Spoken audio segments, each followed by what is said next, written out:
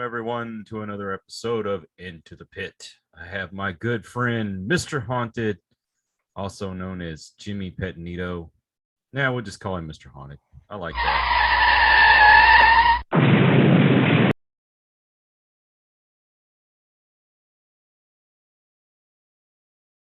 So yeah, we spend more time off air talking, and I think we've got to be pretty good friends. So I mean, we haven't exchanged passwords or anything yet, so it is what it is. We'll get there. Don't worry. We're not sending kissy faces or anything like that yet. Not yet. We'll get there. No, but seriously, tell us where you're from and where you grew up and all those good things. Well, my new friend, I was born in New Haven, Connecticut, and grew up as a little nerd who was only interested in comic books, cartoons, exploring the woods across the street from my house, and wrestling. Liked wrestling when I was a kid. Oh yeah. And I was a regular little boring little nerd. It's same kind of bringing up, except I was in Texas and you're in Connecticut. And look where we are now. And look where we are now. We have found each other in the dark. We have found each other. And I like to kiss. That's right. We're both Kiss fans. So anyway, both having a love of the paranormal. We actually have some people in common that we know. And I happened to see him comment on one of my posts. And so I messaged him and said, "Hey, MrHaunted, be on my show." And he's like, "Pay me first." And okay, how much? Yeah, I was saying you had Plato and my Taekwondo instructor on back to back. One's in Canada, one's in Connecticut. I don't know how they connect, but I said I have to be on. It's destiny. So now you're stuck with me for an hour. That's right. And Sister Kia, don't forget Sister Kia. That's right. I've had Archbishop Plato, Sister Kia, and Alex Zwak on my show. Exactly. And I had no idea he was doing TV at all. He's on Blue Bloods. I didn't know. And you know, I just happened to find him on Facebook, and he was a friend of mine. And so I sent him a friend request just out of the blue. And then I found out after we became friends that he was, an actor and a martial arts instructor and all this stuff. And it's a small world, man. It's a small world. So let's get into. Okay, go ahead. I was gonna say let's get into paranormal stuff. Yeah. Because we're gonna go down rabbit hole. We did that last time. We had to start all over. Yeah, we can talk about Karate Kid after. That's right. All right, so we're going to get into the story of how you got into the paranormal. All right. Now, I was, like I said, I was always a nerdy little kid. And there wasn't these ghost shows on like they are now. When I was a kid, there would be a show called In Search Of. Yes. Leonard Nimoy was the host. And I was really small. And there was one episode where it was Hans Holzer was telling people that there's ghosts all over. You don't have to go to a haunted house or a cemetery. They're all over. You could find them anywhere if you want, if they're willing to communicate with you. So I was this is the best day ever of my life. So I might have been 5 years old. And I said, "Ma, I need a flashlight." I said, "Why, Jimmy?" I said, "I want to find a ghost down the basement." So, okay. So I remember I got this little flashlight with a little red button on it to press. And I searched in the basement. Didn't find anything. In school, when you used to get the little pamphlet to order books from. Yes. I used to order anything UFOs or ghost related. And one of the books that I got was called Real Ghosts, and it had pictures and stories of supposed real spirits. And this is my depiction. I don't have it with me. This is my artist's depiction of the Brown Lady of Raynham Hall. That's close enough, right? It's a famous picture that it's from England, and this is supposedly the ghost of a lady named Dorothy Walpole who haunts this location. and I think they were just taking pictures of the architecture of the home when the artist, discovered this picture on his roll, or however they did film back then. But they said that they believe this is the spirit of this lady Dorothy. So when I saw this picture, I said, I want to get my own picture like that, of my own. I want to do it for myself. Right. So if you want, that brings me to one of my experiences as a child that also piqued my interest in the paranormal. If you'd like to hear that one. Yes, please. Okay. Inquiring minds want to know. I did not live in a haunted house, but I had one incident that was very important to my interest. I was a nerdy little kid, and I remember I had Incredible Hulk pajamas that I wore every night. Like I had to, even if they were dirty, I'd wash them, and I wore them every night. And I had big black glasses on. And I was probably an embarrassment to my mother. So she was having friends over, and she said, "Jimmy, stay up in your room. My friends are over." Like, okay, Mom. So I went upstairs, laid in bed on my stomach with the lights on. I was listening to a baseball game on the radio, and in this depiction right here, I have little Jimmy laying. This is the position I was in. Well, you didn't draw the Incredible Hulk on there, though. I was too difficult. See, this is the radio that it only had 2 dials on it, volume and tuning, and I was laying like this with my feet up in the air. And all of a sudden, the radio started changing stations. Kyle, conduct yourself in a serious manner. I'm trying. I'm trying. I was laying like this, and the radio started changing stations by itself. Even as a kid, I said there's something wrong with the transmission or something. So then I look over and I can see the dials moving like this back and forth by itself. So then I'm more scared of my mom than this ghost or whatever turning my dials. So then I said, what do I do? Do I stay up here? Do I run downstairs? I'm scared. And then something threw my legs down that were in this position. It threw down really hard onto the bed. So then I ran downstairs. I said, Ma, there's a ghost in my room. It's changing my radio stations. It threw my legs down with great force. And there's a ghost in my room. And she said, Jimmy, get back up in bed. There's no such thing as ghosts. So I said that. And then this is what kind of an expression I made.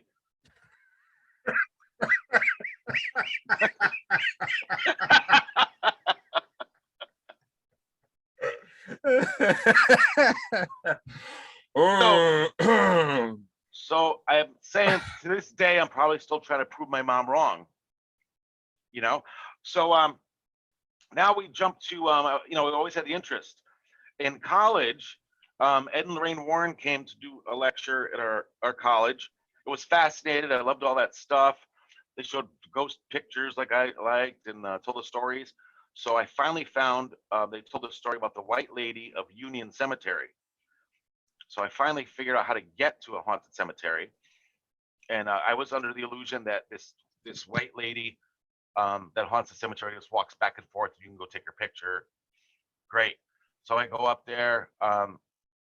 It's probably 18, 19, where I was there for an hour. I didn't see any ghost. So I was very disappointed, and I took 2 rolls of film just to say I documented I was here, and that really probably would have been the end of my whole ghost adventures. Right. But when I got my pictures developed, images like this appeared on my film.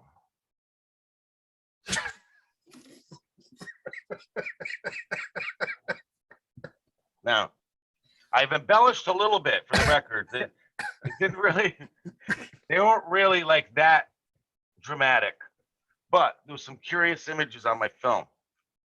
So I went back again and again and again every week, and I accumulated a whole book, album of these kind of pictures. Some of them I didn't, the orb things, I didn't even save those, but anything that was misty or something like that. And I used to take pictures in the rain to see what it looks like when it's raining, of cigarette smoke, exhaust smoke. I went even when it was foggy. I said, let me see what fog looks like with pictures.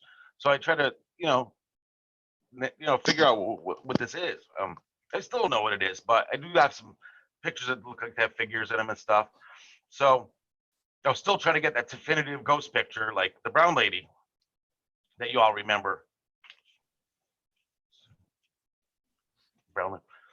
So then I was going up there every week, and I met this lady, Debbie.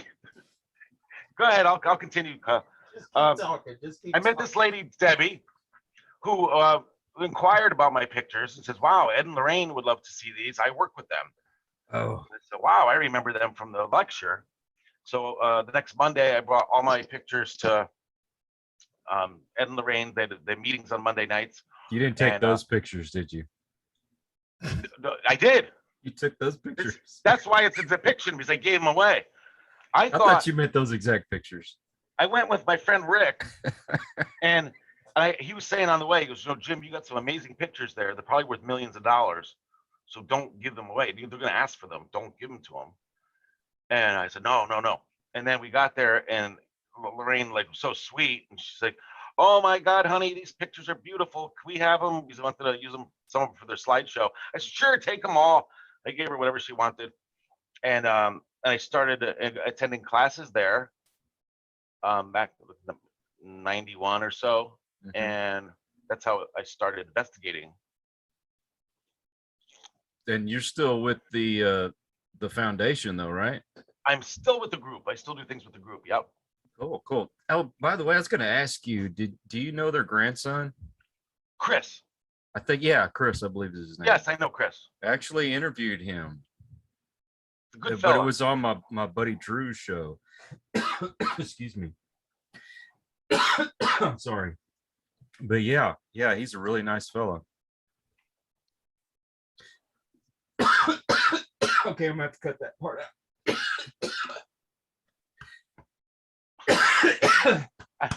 I feel bad. I'm doing voodoo like I'm doing that to you. Make the cough. I'm sorry. It all started from the brown lady at Raynham Hall. Oh man, my nose is bleeding. Oh my God. It's not bad.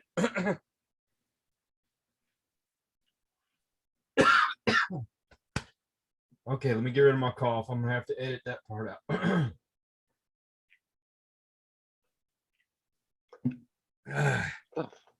Okay. Okay, back to it. All right, so we were talking about Chris, and I said he was on Drew's show, and then how I got started. There you go. Now we can go from there. Anytime you're ready. So I may just leave all this in just so people could see how goofy we are. Keep it. Yeah. So after taking pictures like this, I joined the group and have been investigating on and off ever since. All righty. And now you don't you do a podcast yourself? Our network went off the air, but we did about 270 episodes so far of the Haunted Chronicles. You can still go to paramaniaradio.com or Paramania Radio on Facebook, and they have a lot of the live feeds on there anyway. You can go back and listen. My co-host is Jennifer Babysoft Runyon, who was in Ghostbusters. And yes. she was Cindy Brady in the Very Brady Christmas. And she said she just mentioned me on a podcast she was on, so we have to return the favor. Oh, now you have to introduce us. I've got to at least meet her. Yeah, we'll get her on here. Yeah, that'd be awesome. I'd love to have her on the show, especially to talk about all the paranormal stuff that did she get started from Ghostbusters, or she just had a natural curiosity? She had experiences in a lot of the homes that she lived in. Full body apparitions and voices, and she was always fascinated with that also. And matter of fact, she sent me a audio clip of one of the rooms in her house, a big giant like living room area that they have these speakers that aren't even attached to anything. Like the previous owners had these big speakers up in the ceiling, and they weren't attached to anything. They weren't, but she was in the room one day and she's hearing whispering in the room. It's just it's coming from the speakers. And then after talking to some people, they said you can still pick up somehow. It's possible to pick up transmission from speakers somehow, or there's a possible way. But then she gave me the clip and I kind of enhanced it with I forget what the app I use, but I enhanced it, boosted it up a little bit. You can hear it say Corman is home, that's her married name.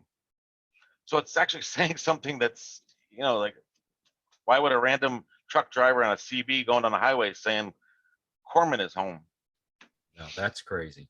So yeah, it's almost every house she had some kind of activity. Chicago, Massachusetts, California. Reach out to her. Maybe she would like to get on the show with us next Friday. Sure she would. I'll send this to her. Tell her that my friend Mustafa will be on there, and I'll introduce him. Okay. Well, that would be a really interesting show, I think. I'm going to have author Kevin Killen from he wrote Ghosts and Me. Patrick Cross, who's been on he's been on so many different of the paranormal shows, Haunted Case Files, and there's a lot of Canadian stuff too, and of course Mustafa from Ghost Hunters. That'd be, and you should join if you can get the time. So tell me about working with the Warrens, though. That's what I'm curious about. Well, the classes consisted of but remember, they figured it out on their own. They didn't have all the answers either, but they didn't have any teachers or TV shows to go, get their they had to figure it out on their own, and they were giving us techniques that they'd use for interviewing people. Like back then we only had audio cassette recorder and film cameras, and it was different because I remember back in the day, if we were investigating a house or something, we would leave a tape recorder in say an upstairs closet where it's quiet, and we'd leave it there for an hour, and then we'd listen to the whole thing back afterwards. Right. Which nowadays when people do it in real time, it's so much smarter, because imagine if you're getting voices the whole time, you're not even there to interact with it. That's how we started. We didn't know. And then some days they just review an old case that they did and hear the original interviews with some of the huge cases that they did, which really was really interesting. And then sometimes we'd do an hour or two there, and then we'd go to 3 different houses afterwards. That's when we're young and had more energy. Like go and get the initial interview for 3 different houses right afterwards. Then yeah, it was fun. And then y'all got involved with exorcisms and the whole 9 yards, right? Oh, you know what we didn't talk about? If you want to, the MrHaunted name, because I wanted to tell the listeners that I didn't name myself like Mr. of all the haunteds in the world. When the internet came out and AOL came out, you got to pick a name. So I wanted to be like Haunted AOL or Ghost or something like that, and those were taken. So MrHaunted was the first one that said, okay, this isn't taken, you could have that name. So big deal. So then when they had AOL chat rooms, you'd go into the chat room as your screen name. So I was MrHaunted anytime I went to the chat. So I used to go to all these supernatural chats, and Haunted House was I still have friends from 20 something years ago from Haunted House chat room when I was MrHaunted in there.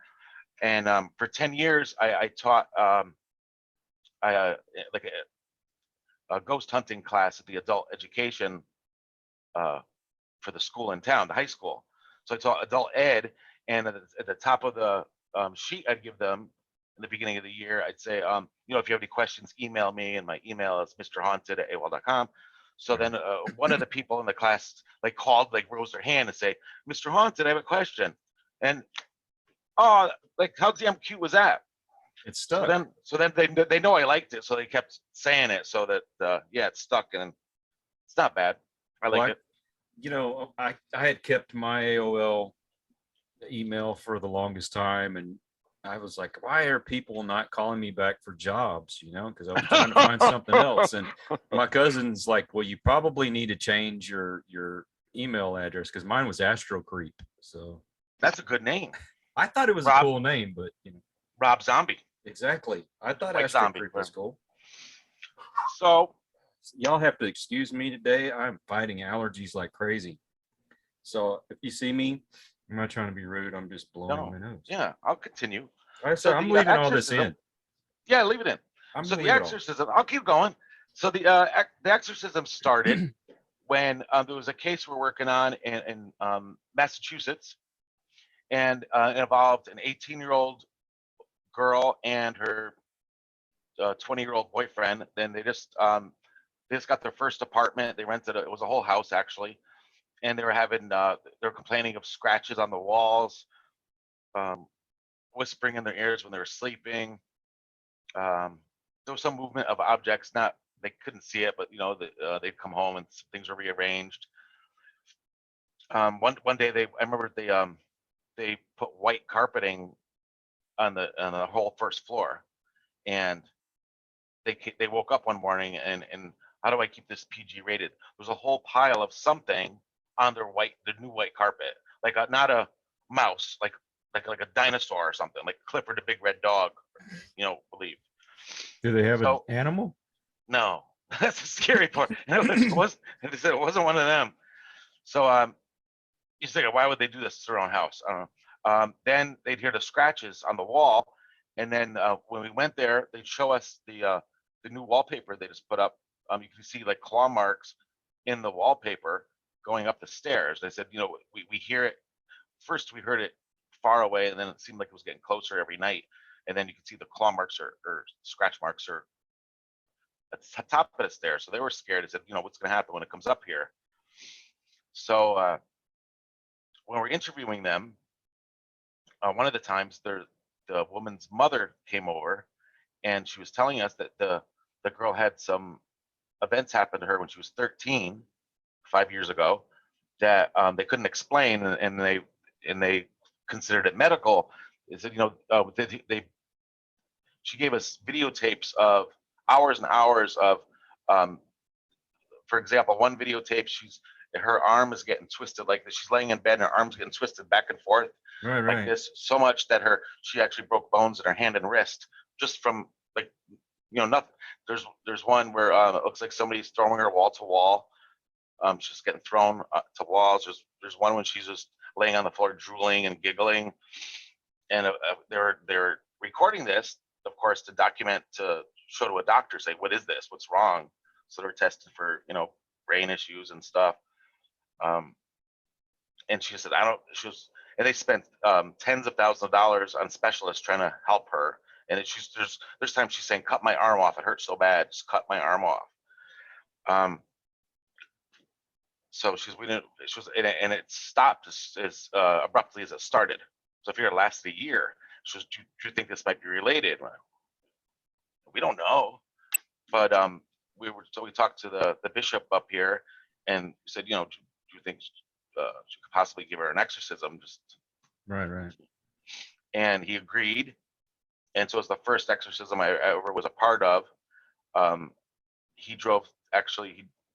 We drove with him to the house, and she says, I really don't think I have anything like that in me, but I'll give it a shot, whatever. So as soon as the priest started doing the prayers, she started just becoming restless and screaming out, and we had some restraints that we put on her ankles and stuff. She snapped out of those like it was nothing, and you see her eyes were like, I don't know what happened. It was really scary, and especially it was our first time. We didn't expect anything, So luckily, I was recording the whole thing, and we had a story on our website about that case, and this was in the early '90s, and a producer from ABC found our story and wanted to do this little show called Primetime Live, which was a big thing back then. And they did a special around Halloween on the case.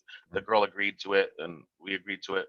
So because of that airing, we got calls from all over the country from people who are saying, my son's going through the same thing, or my spouse, or my mom.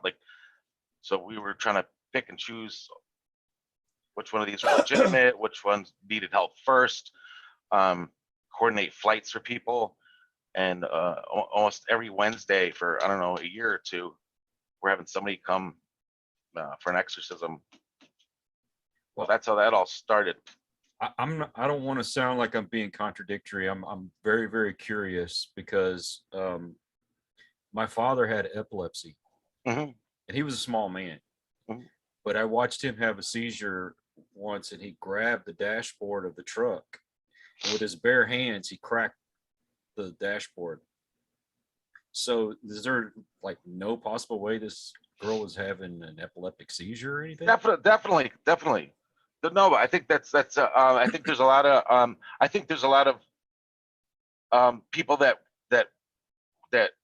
if you even believe in possession, that aren't genuinely possessed, but they have some kind of mental issues. But there's also the other side is that we work with a psychologist to try to explain it, because everybody says, anybody could break out of restraint, or you hear about stories of a woman picking up a car because her child's trapped underneath the car during an accident. And she said, I always forget that word.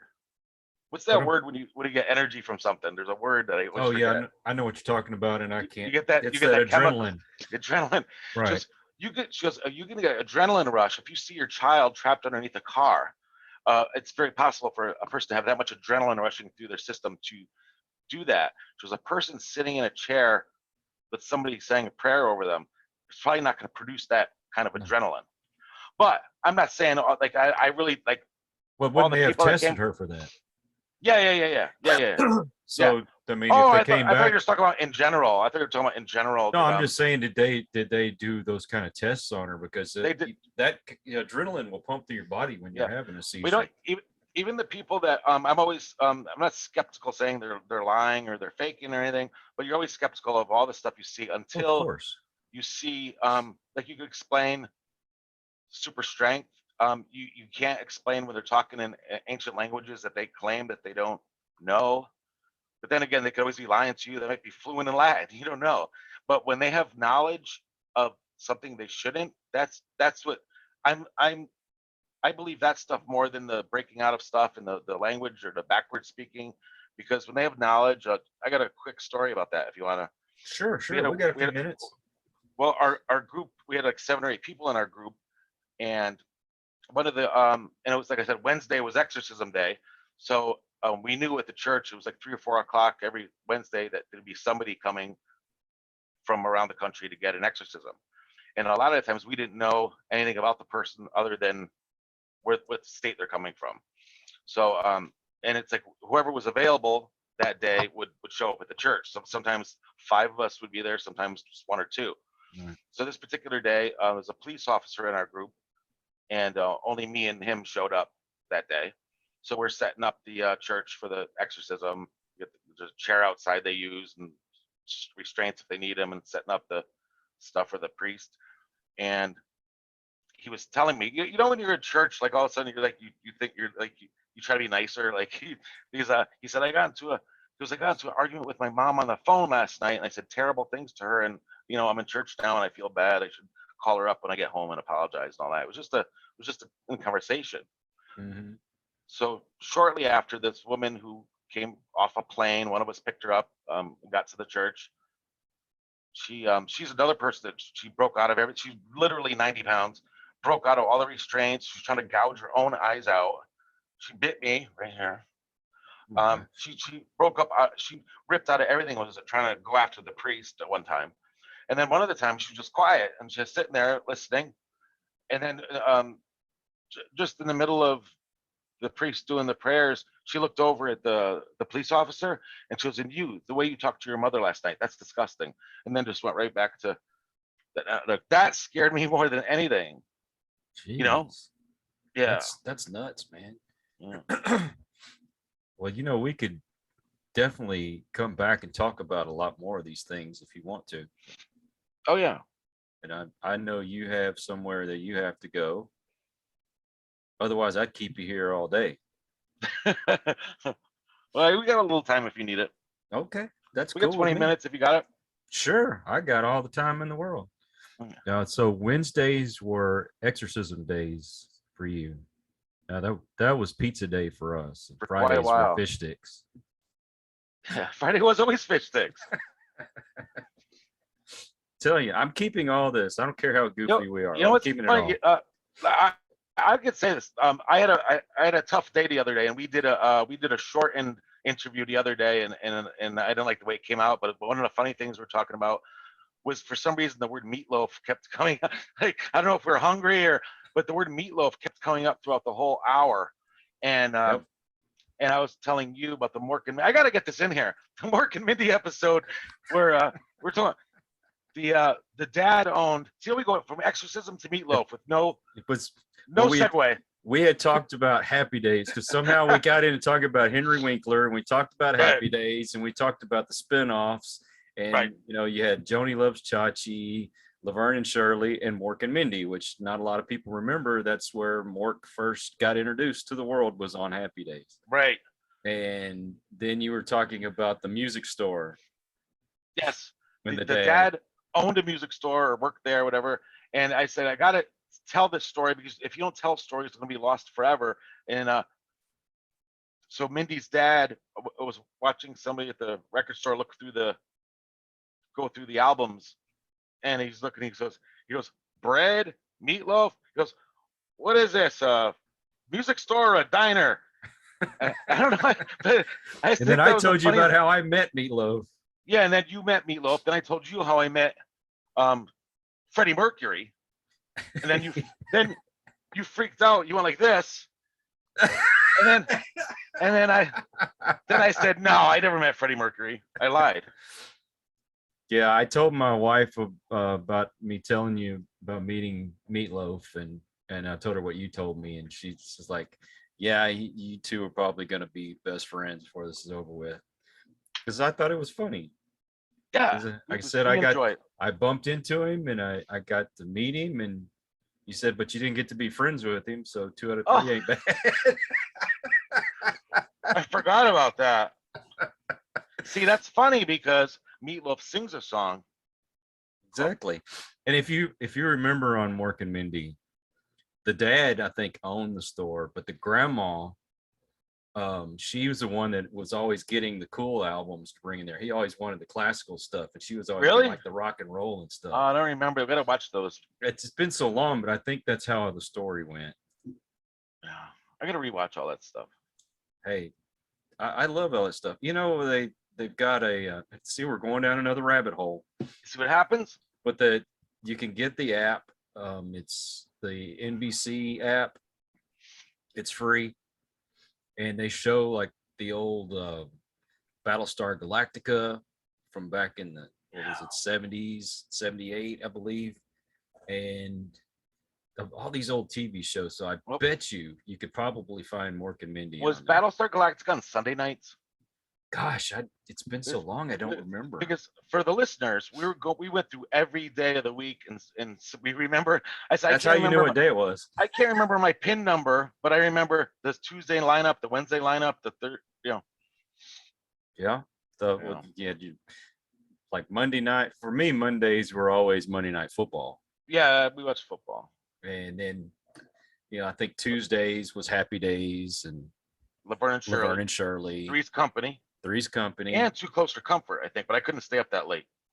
Well, yeah, 8 o'clock, I think, was when Three's Company came on, and that was usually my bedtime, so I didn't get to stay up and watch those. Wednesday was, I think, 8 is Enough, and Little House on the Prairie. Oh, yeah. I used to watch Little House on the Prairie. Let's see, what else?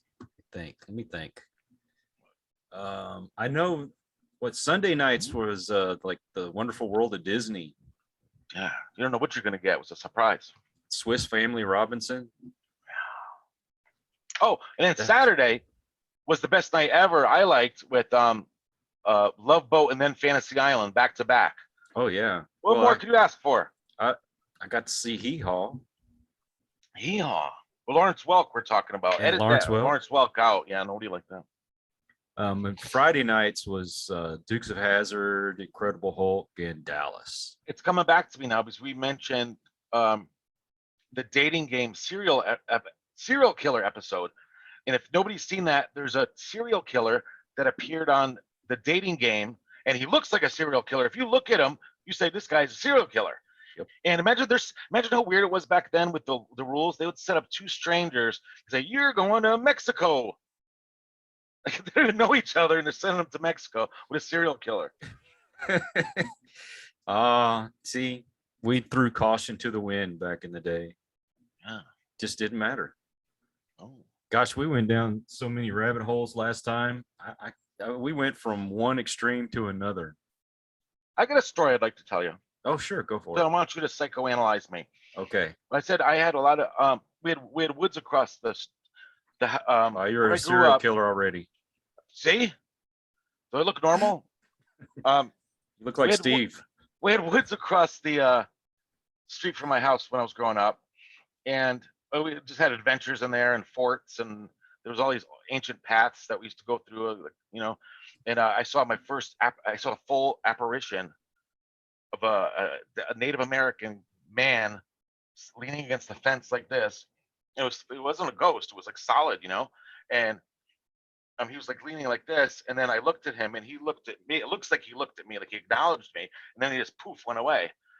Now I think now I said, was that a ghost, or did, like, in his time, did he see me stand there as a guy from the present? You know what I mean? That always was weird to me. Like he was in his time, but he could see into the future, kind of thing. Yeah, because he acknowledged me. He kind of like looked and was confused. But anyway, so this is one of the stories from the woods. But this is what I used to do. There was these paths that went through the woods, and like, I don't know where I got this from. And maybe one of the listeners could type in what this means. I would dig a hole in the path, and then get little sticks, like little kindling sticks and stuff, put over the hole, then put leaves over the hole. And like, why would I do something rotten? I guess I wanted to happen was just somebody that's having a nice day, la-di-da, through the woods to snap their freaking ankle. I used to have all those little traps all over the woods. You're a psycho. Right? I don't even know where I got that from, but that's what I chose to do. You know where you got it? We got it from watching the old Bugs Bunny cartoons. Probably.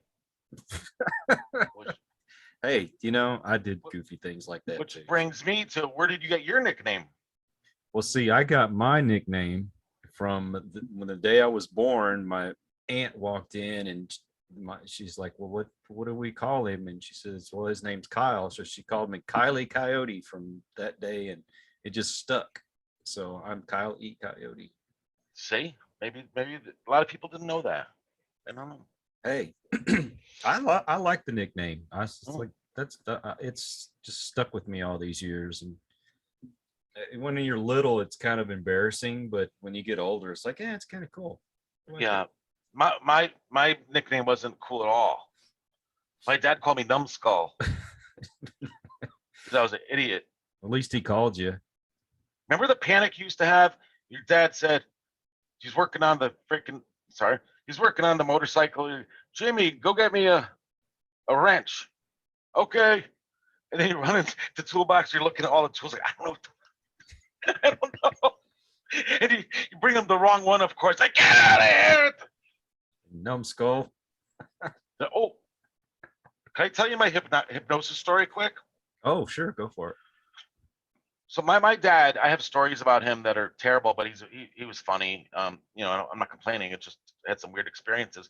Did you ever watch the Flintstones? Oh, of course. So there's one episode. I was watching Flintstones. My dad was taking a nap on the couch after work. Probably had a long day. Didn't want to deal with me, right? So he's taking a nice nap, and I'm watching the Flintstones episode, and this guy's on. He's teaching them how to hypnotize people, and they're hypnotizing Fred.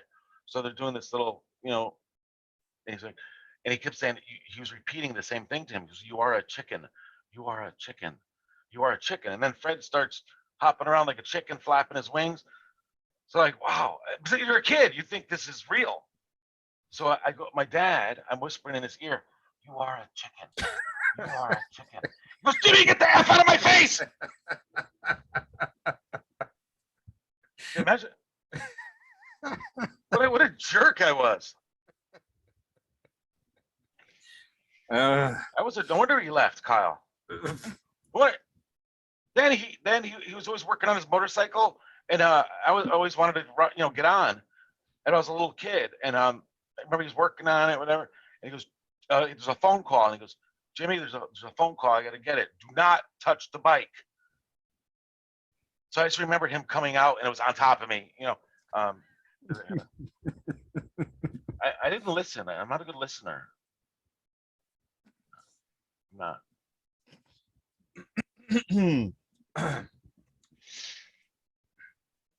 I don't know where I just went. 2, 3. I don't stay focused. It's the ADHD. Focus. Man. I'm right here. I'm telling you, I'm leaving all this in. I'm not editing any of it. I want people to see what kind of numbskulls we are. You know what?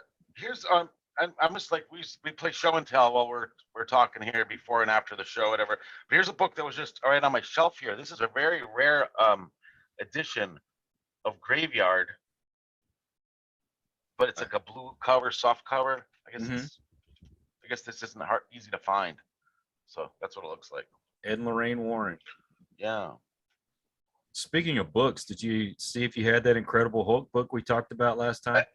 I couldn't remember who I was talking to because I work with so many people at work that we all exchange comics here and there. And I said there was somebody that talked about the King Size Hulk Annual. And I said, if I find it, I'll give it to you. And I don't remember who it was. I asked 2 people at work. I go, was I talking to you about the? And they're like, no, it's you. Remind me about that. Because also, do you know who else has a book, Kyle? Who's that? Coyote. What's that? I that? do. I do. You have a book. That's right. You have a book, and we haven't even talked about it yet.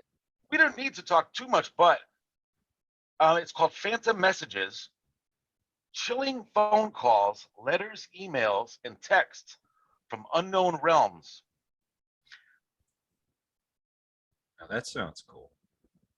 And I co-authored this with Bill Hall, who previously already wrote a couple books, and I wanted him to help me write a book on my experiences. And because those really don't sell, like a compilation of stuff like that. Because like you're not going to get you could self-publish stuff, but they're not going to pay you to do that, Right. So I was like, wow, they really got good stories. And then so he says, I want to write a book too. So we're thinking like, what can we we're trying to think of a unique idea to write about. And we like all that stuff, cryptids and UFOs and ghosts, and we're saying it's all been done. So what's something new we can do? So then, you see on Facebook every once in a while, my girlfriend texted me this morning, but she's been dead for 3 years. You ever see one of those kind of? I've heard those stories. Yeah. So we said, let's see if there's enough stories like that maybe we could compile some of those, and it would be a cool idea. Because there was a book called Phone Calls from the Dead, I think from the 80s, that was pretty popular. And we said, well, what if we give it kind of an updated version with letters, like from emails, texts, computers, stuff like that, or even though we have Jennifer's story from the speakers, like anything that came through electronically, but wasn't expected, like not EVPs. If you're in a haunted location trying to get EVPs, it was more like a unexpecting, like you weren't expecting it. It just came, on your answering machine or your email or. Yeah, I've heard a lot of those stories. So it's all stories like that. We have tons of stories in there. And that's called Phantom Messages. If they want an autographed copy, ask me. Okay. Well, I am putting up your Facebook page and I believe your web page. Yeah. And anybody that wants to get in contact with you and get a copy, then get a hold of this gentleman right here. We'll get him autograph for you, get it out to you. Speaking of evidence, I've got some videos that I want to send to you. I actually have them up on my YouTube page, but I will send you the links. I want you to take a look at them. Tell me what you think. Scrutinize them all you want. I'm my own worst critic, but I'd like your opinion on them. I would love to look at them. And I hope next Friday that you're able to jump on with us when we do our live. Is that September 3rd? Yes. That's another thing I told my kids. I go, guys, September 3rd. I don't know what it is. If it's a doctor's appointment or whatever. I said I can't remember stuff. I'll send you an email. I'm getting old. We're both getting old, man. I can't remember. I'm a grandpa. Yeah. Although I'm sexy grandpa, but I'm still a grandpa. That's what I'm talking about. I'm telling you. It's people just don't understand. It's hard to be humble when you're perfect in every way. You know, do you ever walk down the street and then you just see faces like this?